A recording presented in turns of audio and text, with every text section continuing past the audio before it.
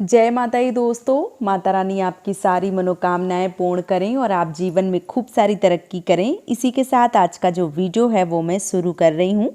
दोस्तों, आज के वीडियो में मैं बात करने वाली हूँ दिवाली पर्व या दीपावली महापर्व के बारे में। जैसे कि आप सबको पता है कि 2 दिन इस पर्व को मनाया जा रहा है आपके प्रांत में। जिस हिसाब से 31 अक्टूबर को या 1 नवंबर को जब ये आपके आस पड़ोस में, आपके गांव मोहल्ले में, आपकी सिटी में मनाया जा रहा है, तब आपको ये पर्व जो है वो मनाना चाहिए। वैसे अगर मैं बात करूं कि कब ये शुभता का प्रतीक कब बताया गया है, तो अमावस्या तिथि जो है वो 31 तारीख को मिल रही है। तो 31 तारीख को ज़्यादातर लोग जो दीपावली का पर्व है वो मना रहे हैं, लेकिन आप पूरी तरीके से स्वतंत्र हैं। आपके आसपास जब भी ये पर्व जो है वो मनाया जाए तब आप मनाएं, क्योंकि क्या होता है कि कई बार जैसे हमारे घर में दीपक जल रहा हो, बगल वाला पड़ोसी कल मनाएगा, तो ये चीज़ें अच्छी नहीं लगती हैं। एक साथ ही सब लोग बड़े पर्व जो हैं वो मनाएं, तभी अच्छा लगता है। छोटे मोटे व्रत त्यौहार जो हैं वो एक आध दिन आगे पीछे चल जाते हैं, लेकिन दीपावली जैसा महापर्व जो है वो 2 दिन मनाना और एक ही गांव में, एक ही बगल के पड़ोस में, ये अच्छा नहीं लगता है। तो आप लोग अपने गांव या अपने मान लीजिए कि मोहल्ले में विचार विमर्श कर लीजिए। जिस दिन वो लोग मना रहे हो उस दिन आपको जो दीपावली का पर्व है वो मनाना चाहिए। इस वीडियो में मैं आप सबके साथ शेयर कर रही हूँ कि पीरियड्स या मासिक धर्म में या रजस्वला धर्म में आपको अगर दीपावली की पूजा जो है वो करनी हो तो आपको किस प्रकार से करनी चाहिए, किस कंडीशन में करनी चाहिए। इसके साथ ही साथ दीपावली का जो प्रसाद होता है, जो हम माँ लक्ष्मी को अर्पित करते हैं, वो प्रसाद हमें ऐसी सिचुएशन में बनाना चाहिए या नहीं बनाना चाहिए। आज के वीडियो में इन संपूर्ण प्रश्नों का जवाब जो है वो आप सबके साथ शेयर करने वाली हूँ। तो चलिए शुरू करते हैं आज का वीडियो और जान लेते हैं इन संपूर्ण प्रश्नों का जवाब। सबसे पहले बात करूं दीपावली पर्व की। जो दीपावली का पर्व है वो पीरियड्स या मासिक धर्म में आपको मनाना चाहिए, लेकिन पूजा पाठ जो है वो आपको नहीं करना चाहिए, क्योंकि ये बहुत ही बड़ा पर्व होता है। पूरे साल में एक बार आता है, माँ लक्ष्मी आपके घर में विराजमान होती हैं, तो हर तरीके से पवित्रता का ध्यान रखना चाहिए। क्योंकि ये बड़ा त्यौहार है तो इसमें छुट्टी वगैरह मिल जाती है, तो बहुत सारे लोग अपने गाँव जहाँ से भी जुड़े होते हैं, मान लीजिए कामकाज के चक्कर में अगर बाहर सिटियों में रह रहे होते हैं, तो दीपावली जैसे महापर्व में वो लोग घर पहुंच जाते हैं। तो आप अपने घर के जो भी बड़े हैं, सबसे पहले तो घर के जो मुखिया हैं, उनसे पूजा पाठ जो है वो दिवाली की करवाई जाती है। लेकिन बहुत सारे घरों का ऐसा विधान है कि उनके घर में बहुएं, बेटियां या जो घर की मालकिन होती हैं, जो महिला होती हैं, बुजुर्ग, उनसे पूजा करवाई जाती है। और बहुत सारे घरों में पुरुष प्रधान होते हैं तो पुरुषों से पूजा करवाई जाती है, या यूँ कहूँ कि घर के जो बड़े होते हैं, जो मुखिया होते हैं, उनसे पूजा जो है वो करवाई जाती है। हर घर का अलग अलग नियम जो है वो बनाया गया है। अगर आपके घर में पुरुषों से पूजा करवाई जाती है, पुरुष प्रधान है, तो फिर कोई दिक्कत है ही नहीं। आप अपने घर में आपके ससुर जी, आपके जेठ, आपके देवर या आपके बच्चे जो है वो या आपके पति, इन सबको मिला के पूजा जो है वो कर देनी चाहिए। अगर आपके घर में ऐसा विधान नहीं है तो आप अपने घर की सास, देवरानी, जेठानी, आपकी ननद या आपकी बेटी जो भी हैं, आप उनसे पूजा करवाएं। पीरियड्स या मासिक धर्म में आपको पूजा पाठ जो है वो नहीं करना चाहिए, इस बात का विशेष रूप से ध्यान रखना चाहिए।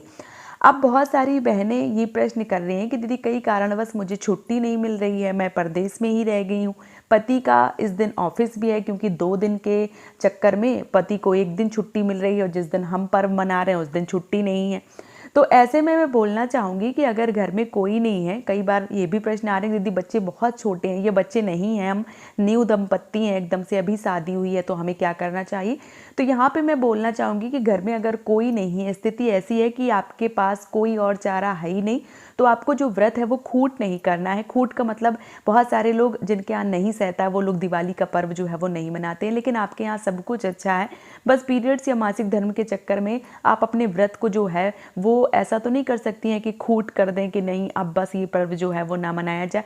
तो आपको ऐसा नहीं करना है। अगर घर में कोई नहीं है और कंडीशन बिल्कुल विकराल रूप धारण कर चुकी है कि अगर आप दिया नहीं जलाएंगी तो जो आपका पर्व है वो नहीं मनेगा, तो ऐसे में आपको सर से पानी डाल के पूजा के 5 मिनट पहले ही स्नान कर लेना चाहिए, सारी तैयारी कर लेनी चाहिए। और स्नान ऐसे करें कि सर से पानी डाल के स्नान करें। सर को मान लीजिए कि ऐसे ना धुलें कि साबुन लगा के खूब रगड़ रगड़ के शैम्पू लगा के धुलें, ऐसा ना करें, क्योंकि अमावस्या तिथि है तो इस दिन बालों को धोना वर्जित बताया गया है। लेकिन दीपावली का महापर्व है और आप ऐसी कंडीशन में जो है वो गुजर रही हैं, तो आपको सर से पानी डाल के स्नान करना है, बालों को बंधा रहने देना है। इससे आपको दोष भी नहीं लगेगा और आपका स्नान जो है वो भी हो जाएगा। जब आप स्नान करती हैं, सर से पानी डाल के स्नान करती हैं, तो कुछ देर के लिए 1-2 घंटे के लिए आप इन सारी चीज़ों से दूर हो जाती हैं। उस समय आप पवित्र जो है वो रहती हैं। उसी समय बस आपको पूजा पाठ जो है वो कर देना है। तो आप ये याद रखें कि पूजा का जो समय है, जो शुभ मुहूर्त है, किस टाइम पे होने वाला है, उसके पहले ही आप 5 मिनट स्नान कर लें, पूजा पाठ की तैयारी कर लें।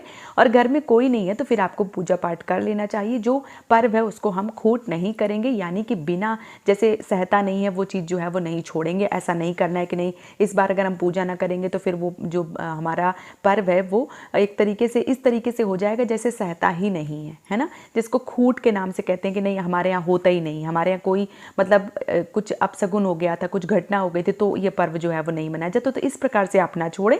अगर कंडीशन ऐसी है तो फिर आपको पूजा पाठ जो है वो कर लेना चाहिए।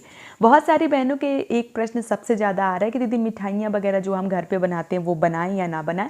तो यहाँ पे मैं बोलना चाहूँगी कि वैसे तो खील जो होती है पूजा वाली वो लेनी चाहिए, गट्टा वगैरह जो गट्टे आते हैं चीनी के वो लेने चाहिए, घोड़े वगैरह मतलब जो खिलौने होते हैं शक्कर के वो आते हैं तो वो लेने चाहिए। मिठाइयाँ बाज़ार में मिलती हैं तो आप मिठाइयाँ मंगवा सकते हैं, आप बतासे से भोग लगा सकते हैं, आप जो भी घोड़े गट्टे वगैरह हैं, जो भी लाई है खील है, उनसे भोग लगा सकते हैं। अगर कंडीशन ऐसी है कि नहीं आप घर पे ही बना के भोग लगाती हैं तो फिर आप स्नान ध्यान करके भोग जो है वो बना सकती हैं। और उसके बाद जब पूजा का समय होता है, जब वो भोग लगाया जाता है तो फिर आपको गंगा जल का छिड़काव कर देना चाहिए। देखिए हर चीज़ को हमें समझना पड़ेगा। कभी कभी कंडीशन ऐसी होती है कि घर में कोई नहीं होता, हमें करना ही पड़ता है, तो उन चीज़ों को हमें समझना चाहिए। क्योंकि जब हम दुकानों में जाते हैं तो बहुत सारे लोग, जब दुकान में एक साथ सारी चीज़ें रखी जाती हैं तो उसी से निकाल के बहुत सारे लोग दे देते हैं, तो कोई खा भी रहा है, उसी से आप भगवान के लिए भोग लाते हैं। तो क्या वो चीज़ें दुकान में शुद्ध तरीके से जो है वो बनाई जा रही हैं? क्या वो जो हम भोग लगा रहे हैं वो पूरी तरीके से पवित्र है? नहीं है।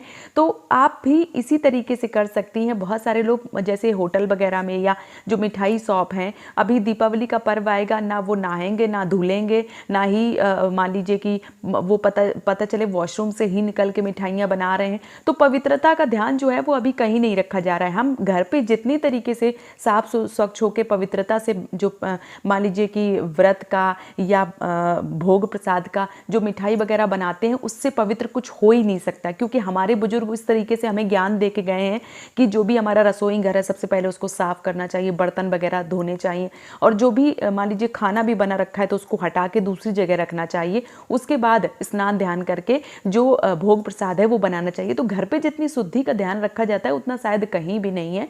तो अगर आपके सामने ऐसा सिचुएशन है और आपको लग रहा है कि नहीं अब भोग प्रसाद आपको बनाना ही पड़ रहा है, तो आपको परेशान नहीं होना है। स्नान ध्यान करके आपको साफ स्वच्छ करके पूरी विधिवत रूप से आप भोग प्रसाद बनाएं और आखिरी में आप गंगा जल का छिड़काव करके उस भोग को, उस प्रसाद को अर्पित जो है वो कर सकती हैं। तो उम्मीद करती हूँ ये वीडियो आप सबको काफ़ी ज़्यादा पसंद आया होगा। अगर वीडियो पसंद आया है तो आप मुझे एक प्यारा सा कमेंट जरूर कीजिए और मुझे सपोर्ट कीजिए, इस चैनल को सब्सक्राइब कीजिए, वीडियो को लाइक कीजिए। आप सभी माताओं बहनों को, सभी भाई बंधुओं को दीपावली महापर्व की ढेर सारी शुभकामनाएं। जय माता दी दोस्तों।